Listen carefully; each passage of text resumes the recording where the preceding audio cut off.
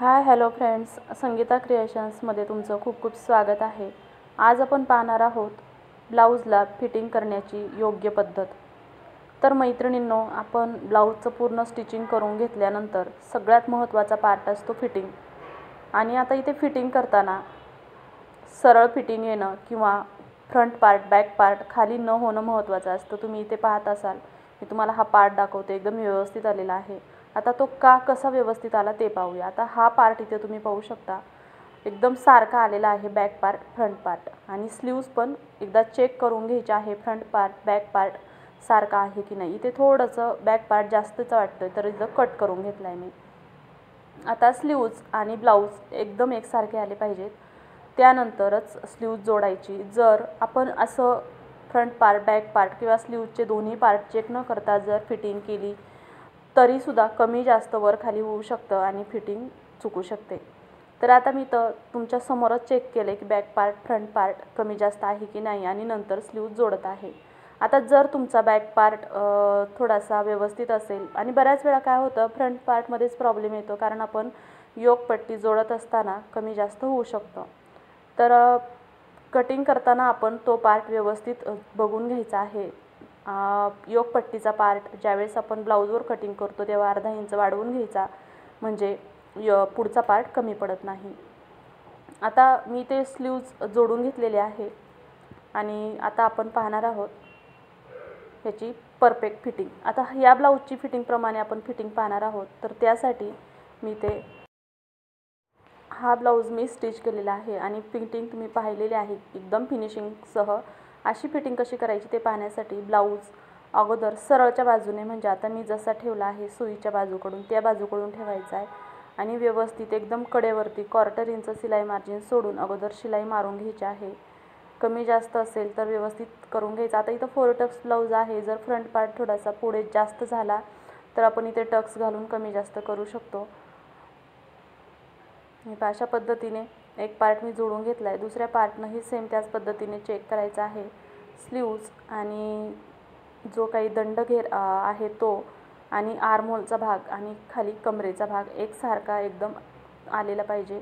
तर आता इथं आर्महोलचा भाग तुम्ही पाहिलेला आहे, फ्रंट आर्महोलवरती बॅक आर्महोल व्यवस्थित आलेला आहे आणि मी कडेवरती टीप मारत आहे। आता इथे 4 टक्स ब्लाऊजमध्ये जर आपण योक पट्टीचा अर्धा इंच वाढवल्यामुळे पुढचा पार्ट मोठा होऊ शकतो, तर तो आपण टक्समध्ये ॲडजस्ट करू शकतो। जर कटोरी ब्लाऊजमध्ये जर तसा प्रॉब्लेम आला तर तुम्ही योक पट्टीमध्ये थोडंसं कमी जास्त करून घ्यायचं आहे आणि एकसारखं पार्ट केल्यानंतरच ब्लाऊजची योग्य फिटिंग करायची आहे।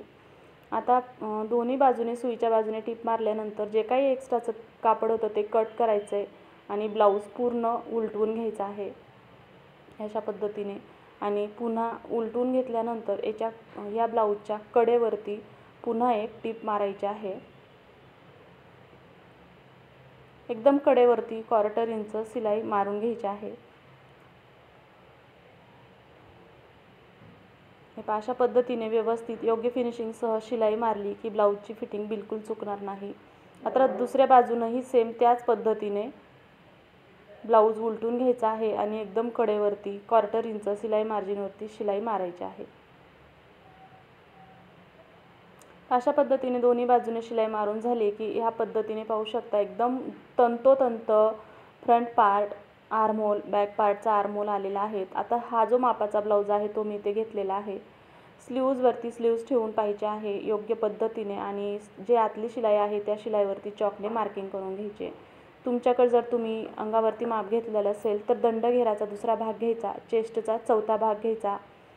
आर्महोलवरती आर्महोल ठेवून मी ते मार्किंग केलेलं आहे आणि याच पद्धतीने दुसऱ्या स्लीव्जवरती पण चॉकने मार्किंग करून घ्यायचं आहे। किंवा तुम्ही जर अंगावर माप घेतलं असेल तर दंडघेराचा दुसरा भाग घ्यायचा, चेस्टचा चौथा भाग घ्यायचा, किंवा मग आपण कटिंगमध्ये तर चौथा भाग घेतलेला असतो, तर फिटिंगच्या बाजूकडून 1.25 इंच मार्जिन घ्यायचं आणि मग शिलाई मारायची। थोडंफार कमी जास्त झालं तर तुम्ही नंतर फिटिंग करू शकता किंवा सैल पण करू शकता।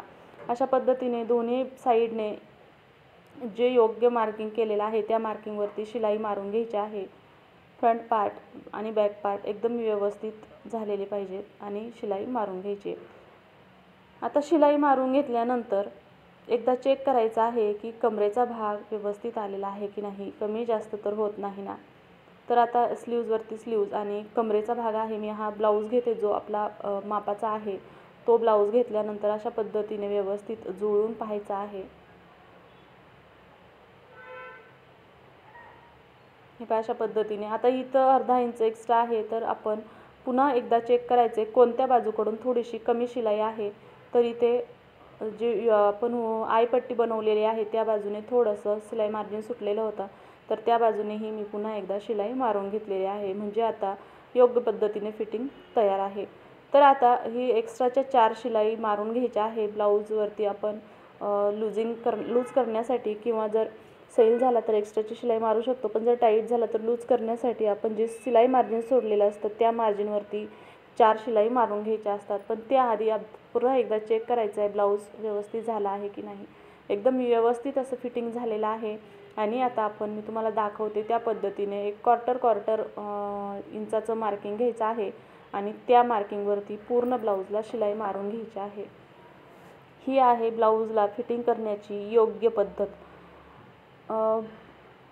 आता हे मी माझ्या अनुभवातून शिकलेले आहे, कारण मीही नवीन असताना सुरुवात करायची, बंद बाजूकडून शिलाई मारत राहायची, चेक करायची झालं की नाही, आणि असं करत करत खूप प्रॉब्लेम व्हायचा. एकतर ब्लाऊज टाईट व्हायचा किंवा सैल व्हायचा. तर असं न करता ही योग्य पद्धत मेजरमेंटची वापरून जर तुम्ही ब्लाऊजला फिटिंग केली तर 100% सांगते की ब्लाऊजची फिटिंग चुकणार नाही आणि आपला एक्स्ट्राचा जाणारा वेळ म्हणजे शिलाई उसवण्यामध्ये किंवा कमी जास्त करण्यामध्ये जो वेळ जातो तो वाचेल. योग्य पद्धत आणि योग्य मेजरमेंटने जर ब्लाऊजची फिटिंग केली तर ब्लाऊज फिटिंगलाही खूप छान बसतो, आपले कष्टही वाचतात आणि शिलाईही एकदम सरळ एकसारखी येते. तर अशा पद्धतीने पूर्ण ब्लाऊजला फिटिंग करून झालेले आहे आणि अशा पद्धतीने ब्लाऊजची फिटिंग तुम्ही पाहू शकता किती सुंदर झालेली आहे. तुम्हाला जर हा व्हिडिओ आवडला असेल तर व्हिडिओला लाईक करा, शेअर करा आणि चॅनलला सबस्क्राईब जरूर करा. पूर्ण व्हिडिओ पाहिल्याबद्दल धन्यवाद. आणि जर काही चुकलं असेल तर तुम्ही कमेंट करून अवश्य सांगू शकता, किंवा तुमची जर ब्लाऊज फिटिंग करण्याची काही वेगळी पद्धत असेल, काही वेगळ्या ट्रिक्स तुम्ही वापरत असताल तर त्याही अवश्य कमेंट करून सांगा. पूर्ण व्हिडिओ पाहिल्याबद्दल धन्यवाद सर्वांना. श्री स्वामी समर्थ. हे पहा अशा पद्धतीने आपला पूर्ण ब्लाऊज स्टिचिंग करून तयार झालेला आहे आणि बाहेरच्या बाजूनेही तुम्ही पाहू शकता किती सुंदर असं ब्लाऊजचं फिटिंग आलेलं आहे. लॉंग स्लीव्ज आहे, पण तरीसुद्धा एकदम एकसारखं आर्महोल आलेलं आहे, एकसारखं कमरेचा घेर आलेला आहे आणि दंडघेराची बाजूही एकसारखी आलेली आहे. तर चला, धन्यवाद.